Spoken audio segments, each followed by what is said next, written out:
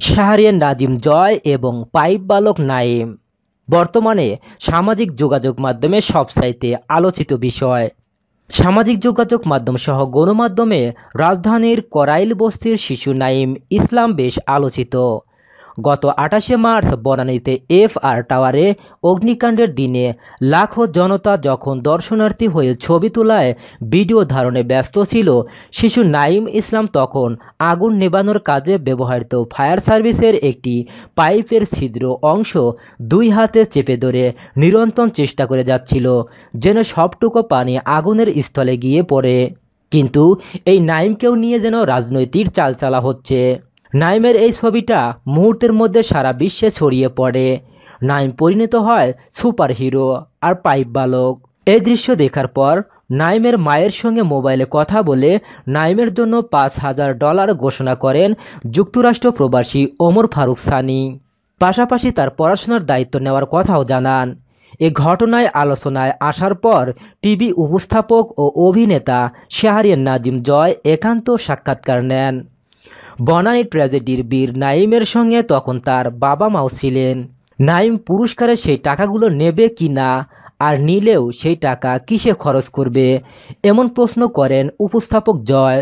জবাবে নাইম জানায় সেই টাকাগুলো সে এতিমখানায় অনাথ শিশুদের জন্য দান করে দিতে চায়।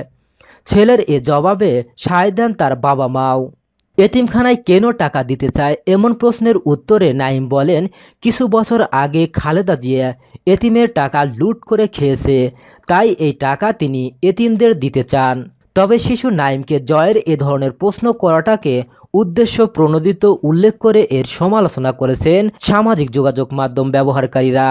তারা বলছেন, এই শিশু নিজ থেকে এসব কথা বলেনি। উপস্থাপক জয় শিশু নাইমকে কথাগুলো শিখিয়ে দিয়েছেন।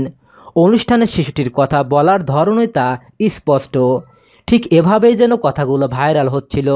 এতটুকু শিশু রাজনীতির কি বোঝে যে এমন সিদ্ধান্ত নিতে পারে, এ প্রশ্ন ছোড়া হয় নেট জগতে।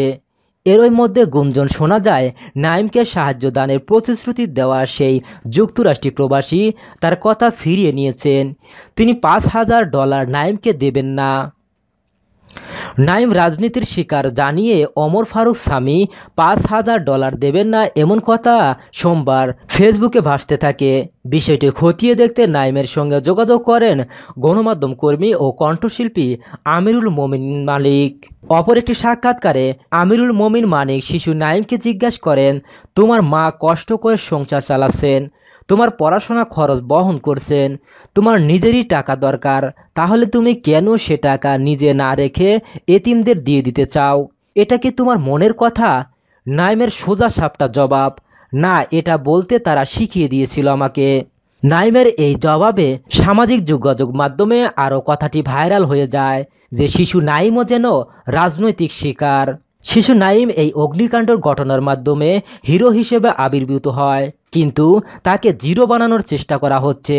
তবে শাহরিয়ার নাজিম জয় বলেছেন, এমন কোনো কথাই তাকে শিখিয়ে দেওয়া হয়নি। এ বিষয়ে আপনাদের মন্তব্য কমেন্টের মাধ্যমে জানিয়ে দিন। ধন্যবাদ এতক্ষণ আমাদের সাথে থাকার জন্য।